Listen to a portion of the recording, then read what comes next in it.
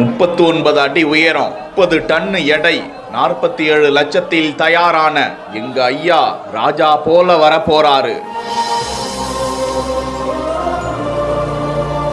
வெள்ளோட்டத்தில் தேரை வடம் பிடித்து இழுத்த அமைச்சர் சேகர் பாபு.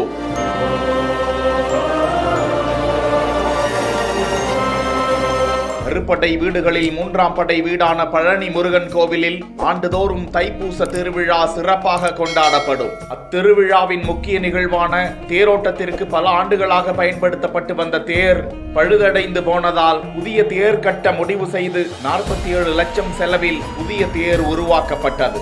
39 அடி உயரத்தில் 30 டன் எடையில் சுமார் 47 லட்சம் ரூபாய் செலவில் அந்த புதிய தேர் கட்டி முடிக்கப்பட்டது. தேருக்கு குடமுழுக்கு நடத்தப்பட்டிருக்கும் நிலையில் தேர் வெள்ளோட்டம் நடந்து கொண்டிருக்கும் காட்சியை தான் பார்த்து கொண்டிருக்கிறோம்.